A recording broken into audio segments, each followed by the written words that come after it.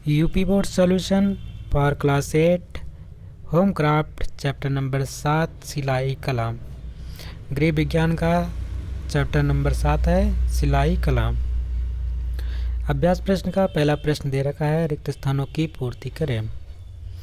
पहला यहाँ पे आपका प्रश्न है, वस्त्रों की सिलाई करना एक क्या है, एक कला होती है। खाली स्थान में क्या भर देंगे फ्रेंड, कला। वस्त्रों की जो सिलाई करनी होती है हमारे क्या कहलाती है, कला है। पॉइंट नंबर सेकंड है, मशीन में तेल डालते समय आपको क्या करना है, जो निडल बार होता है उसको क्या करते हैं, ऊंचा कर देना चाहिए। जब भी आप मशीन में तेल डालें उस समय आपको ध्यान रखना है, जो निडल बार होता है उसको ऊपर कर देना चाहिए। पॉइंट नंबर 3 है, रेशम के तंतु कीड़े के तंतु कीड़े से क्या प्राप्त करते हैं फ्रेंड, तो कीड़े से कोकून प्राप्त होते हैं।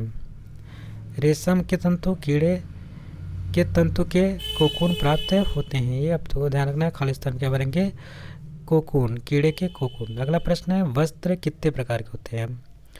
पहला ऑप्शन है वस्त्र, जो आंसर में लिखेंगे वस्त्र 3 प्रकार के होते हैं। फर्स्ट पॉइंट है सूती, सेकंड है रेशमी, थर्ड है ऊनी। पहला है आपका सूती वस्त्र होता है, दूसरा है रेशमी वस्त्र, तीसरा है आपकी ऊनी वस्त्र। सूती वस्त्र की बात करते हैं तो सूती वस्त्र निम्न प्रकार के सूती वस्त्र मिलते हैं बाजार में। कौन कौन से हैं, पहला आपका है मारकीन या लट्ठा, ये आपका सूती वस्त्र के अंदर आ जाता है। दूसरा होता है दुसूती, तीसरा है मलमल एवं जींस का कपड़ा, ये आपके सूती वस्त्र के अंतर्गत आते हैं, ये जो बाजार में आपको मिलते हैं।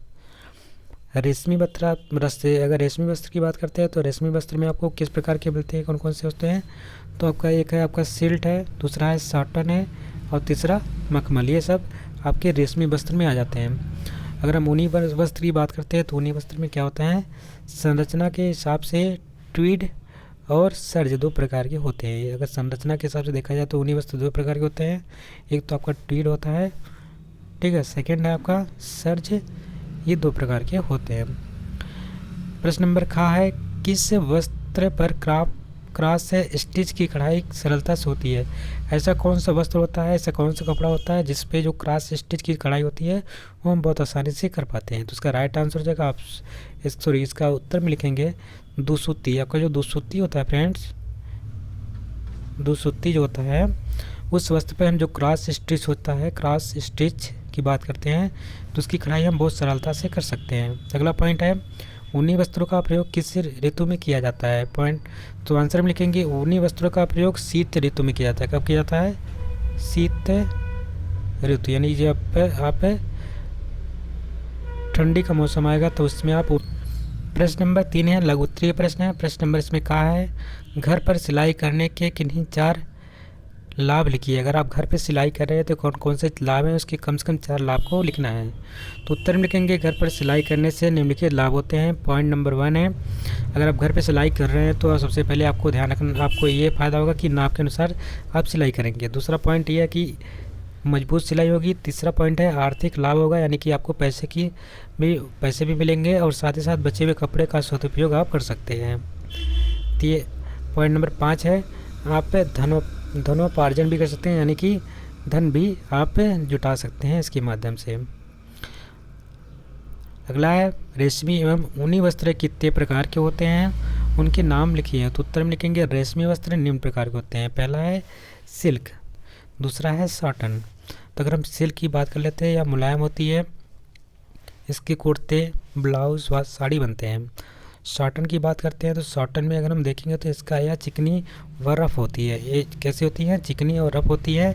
इसके क्या क्या बनते हैं, इसके गरारे, कुर्ते और लहंगा, सलवार आदि बनाए जाते हैं। पॉइंट नंबर 3 अगला है मखमल। मखमल की अगर बात करते हैं तो इसमें रोए होते हैं। इसे देखने में इसको हम देखते हैं तो देखने में कैसे होते हैं, सुंदर व महंगे होते हैं। इससे हम क्या क्या बना सकते हैं फ्रेंड्स, इससे हम कुर्ता बना सकते हैं, रजाई बना सकते हैं, तकिए बना सकते हैं, तकिए का गिलाफ बना सकते हैं। इस प्रकार से आप मखमल का चीज़ों का इस्तेमाल कर सकते हैं। अगला प्रश्न है, ऊनी वस्त्र निम्न प्रकार के होते हैं। ऊनी वस्त्र की अगर बात करते हैं तो पहला इसमें आ जाता है ट्वीड। ट्वीड क्या होता है फ्रेंड्स, तो यह मोटे गर्म धागों का बना होता है, यह काफ़ी गर्म होता है। ट्वीड खुरदरा एवं मुलायम दोनों प्रकार का हो सकता है। कि कैसा होता है, या तो खुरदरा होगा और मुलायम ये दोनों प्रकार का होता है। इसमें हम क्या बना सकते हैं, कोट बना सकते हैं। इसमें हम क्या बना सकते हैं, ओवर कोट बना सकते हैं, और आदि चीज़ें भी इसकी बना सकते हैं। सर्ज की अगर बात करते हैं, सर्ज यह देखने में सुंदर एवं कोमल होता है।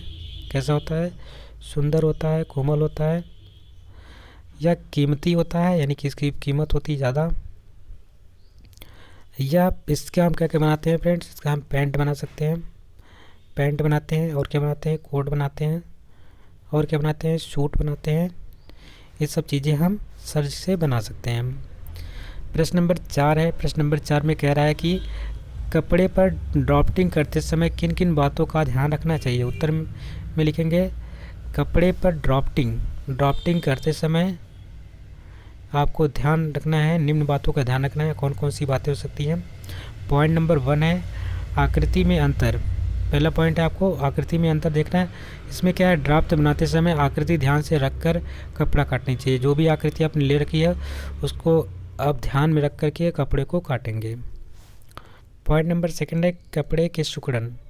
जो कपड़े में सिकुड़न होती है उसको भी ध्यान में रखेंगे। सिकुड़न के लिए क्या कर सकते हैं आप, सिकुड़ने वाले कपड़े को क्या करना है, 2 घंटे पहले क्या कर देना है, उसको पानी में डाल करके सुखा लेना है। पानी में डाल कर उसको सुखा लेंगे 2 घंटे पहले, जो कपड़े सिकुड़ने वाले होंगे। पॉइंट नंबर 3 ध्यान रखना है आपको, व्यक्ति की रुचि का भी ध्यान आपको रखना है।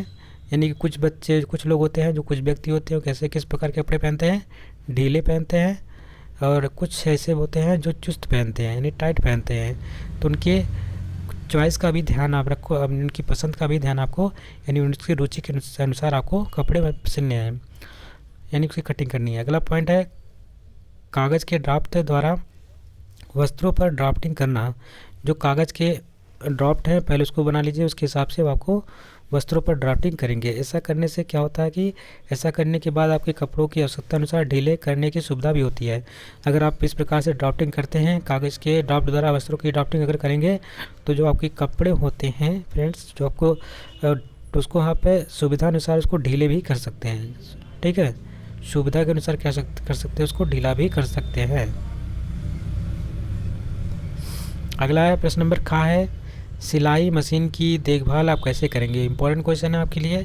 तो आपके पास अगर मतलब सिलाई मशीन है तो उसकी देखभाल कैसे किया जा सकता है, उसके बारे में आपको लिखना है। तो उत्तर में लिखेंगे, सिलाई मशीन की देखभाल के लिए निम्न बातों का ध्यान रखना चाहिए। पॉइंट नंबर 1 कहता है कि मशीन को किससे बचाना है फ्रेंड, धूल से बचाना है व मिट्टी से बचाना है। तो 2 चीज़ों से आपको ध्यान रखना है, धूल व मिट्टी इस पर ना पड़े।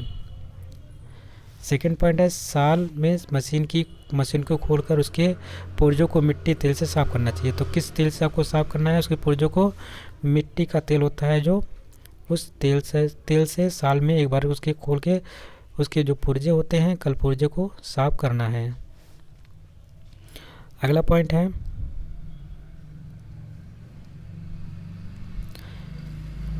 तेल देते समय निडल बार को ऊपर कर देना चाहिए। जो अगर जब भी आप तेल देंगे तो आपको ध्यान रखना है, जो निडल बार होता है, ठीक है, निडल बार को कहाँ कर रख देंगे, उसको आप ऊपर कर देंगे।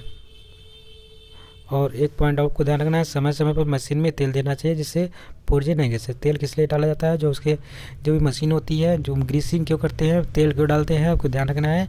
जो हमारे पुर्जे होते हैं वो घिसे ना, इसलिए हम क्या कर सकते हैं, वो सरलता से आसानी से चले, इसलिए हम क्या करते हैं, ग्रीसिंग करते हैं या तेल डालते हैं, और उसमें आवाज़ भी नहीं आती है। 3 चीज़ें आपको ध्यान रखनी है, 3 बातें इससे हो सकती हैं। और ये एग्ज़ाम में पूछा भी जाता है, हम लोग मशीनों में ग्रीसिंग या ऑयलिंग क्यों करते हैं, क्या क्या क्या कारण होता है। तो आपको ध्यान रखना है, पहली बात तो कल पुर्जों को घिसने से बचाने के लिए। दूसरा होता है कि फ्रेंड्स उसमें आवाज़ नहीं, आवाज़ जब ज़्यादा आने लगती है तो उसमें अगर हम डाल देते हैं आवाज़ कम हो जाती है। तीसरा आपको ध्यान रखना है कि जो जब भी इसको हम लगाते हैं तो जो हमारा मशीन जो अगर टाइट उठ चलता है वो थोड़ा सा नरम हो जाता है। और भी फ़ायदे हैं। तो इसी के साथ आपका चैप्टर भी कंप्लीट होता है। आशा करते हैं आपको वीडियो पसंद आई होगी। अगर आपको वीडियो अच्छी लगी इसको लाइक करिएगा, शेयर करिएगा, चैनल पे नए होंगे तो चैनल को सब्सक्राइब भी कर लीजिएगा। मिलते हैं एक नए वीडियो में, तब तक के लिए नमस्कार, जय हिंद।